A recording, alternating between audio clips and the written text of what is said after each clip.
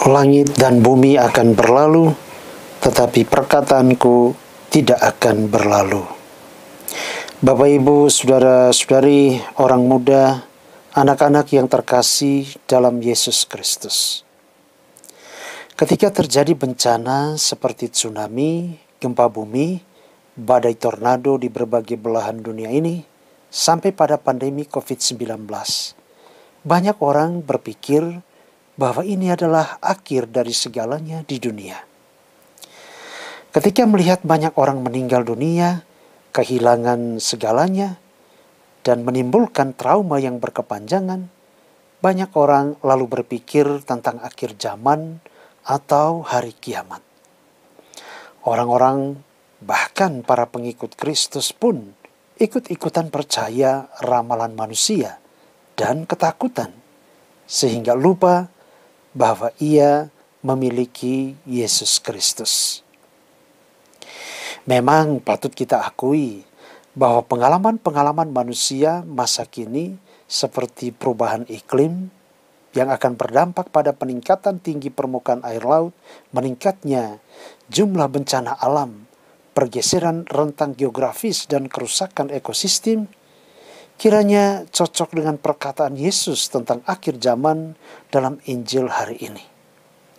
Yesus berkata, pada akhir zaman sesudah siksaan-siksaan yang berat, matahari akan menjadi gelap dan bulan tidak bercahaya. Bintang-bintang akan berjatuhan dari langit dan kuasa-kuasa langit akan goncang. Markus pasal 13 ayat 24 sampai 25. Elemen-elemen paralel yang digambarkan penginjil Markus tentang akhir zaman mirip dengan gambaran Nabi Yesaya dalam dunia perjanjian lama. Nabi Yesaya juga pernah mengungkapkan elemen-elemen yang paralel seperti matahari dan bulan dalam Yesaya pasal 13 ayat 10. Jatuhnya bintang dan kuasa-kuasa di langit, Yesaya pasal 34 ayat 4. Perkataan Nabi Yesaya ini mengatakan tentang hukuman bagi Edom. Tentu saja gambaran-gambaran yang menakutkan ini bukan dimaksudkan oleh penginjil Markus sebagai hukuman, melainkan secara sederhana menggambarkan hal yang akan terjadi sebelum kedatangan Anak Manusia. Yesus yang kita percaya, dialah yang akan datang untuk mengadili orang yang hidup dan mati. Apa yang akan dilakukan Anak Manusia yang datang dengan segala kuasa dan kemuliaannya? Ia akan menyuruh malaikat-malaikatnya mengumpulkan orang-orang pilihannya dari keempat penjuru bumi dan dari ujung-ujung bumi sampai ke ujung langit. Sebenarnya hal ini merupakan harapan yang perlu dimiliki oleh setiap pengikut Kristus. Setiap penderitaan dan kemalangan pasti dialami oleh manusia. Namun demikian, Tuhan juga tetap menjadi harapan dan perlindungan bagi setiap orang. Ia datang dalam segala kuasa dan kemuliaan untuk mengumpulkan para pilihan. Saudara-saudari terkasih, Daniel dalam bacaan pertama menggambarkan orang pilihan sebagai orang bijaksana yang akan bercahaya seperti cahaya cakrawala, dan yang menuntun orang kepada kebenaran akan bercahaya seperti bintang-bintang selama-lamanya. Karena itu tentu bagi kita maknanya ialah jadilah orang yang bijaksana, orang yang bercahaya. Jangan menjadi orang bodoh. Orang beriman Katolik dalam pemahaman iman kita adalah orang-orang yang pintar, orang-orang yang bijaksana, smart, the chosen people, bangsa terpilih, orang bermutu, bukan orang bodoh yang percaya tanpa dasar, bukan orang yang percaya sia-sia. Kita baca dalam surat pertama 1 Petrus pasal 2 ayat 9, kamulah bangsa yang terpilih, imamat yang rajani, bangsa yang kudus, umat kepunyaan Allah sendiri, supaya kamu memberitakan perbuatan-perbuatan yang besar dari Dia yang telah memanggil kamu keluar dari kegelapan kepada terangnya yang ajaib. Saudara-saudari terkasih, Yesus juga tidak menakut-nakuti para murid-Nya lebih lanjut.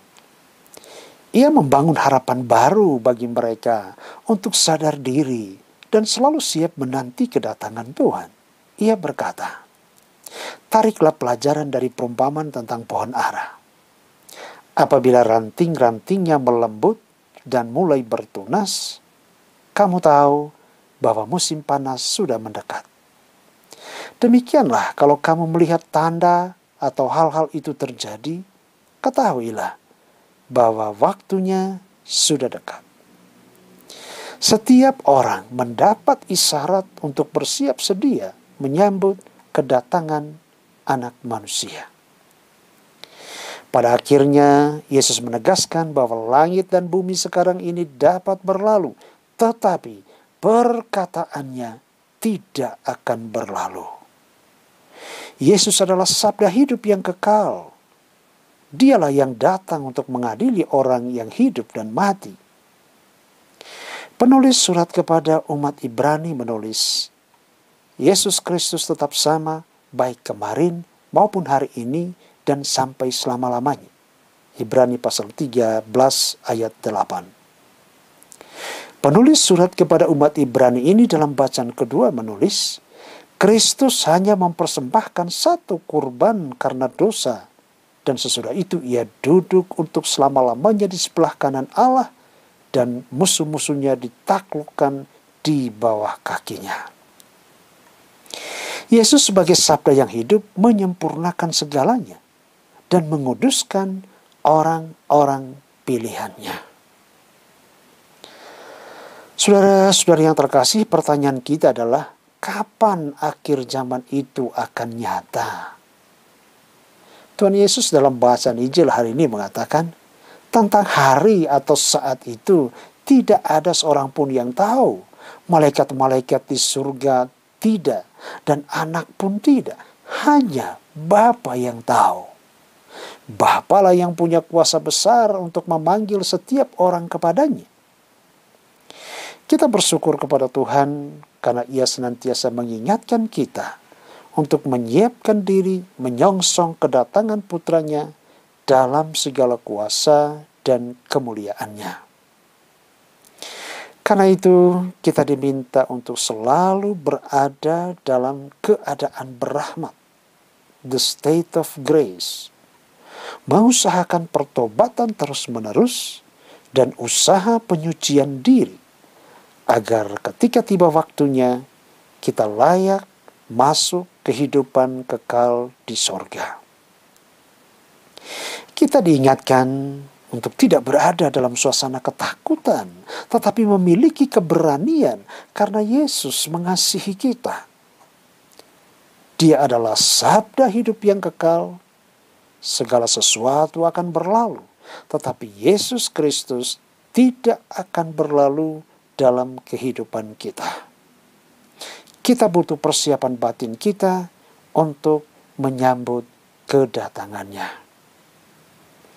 Selamat hari Minggu untuk kita semua. Tuhan memberkati. Amin.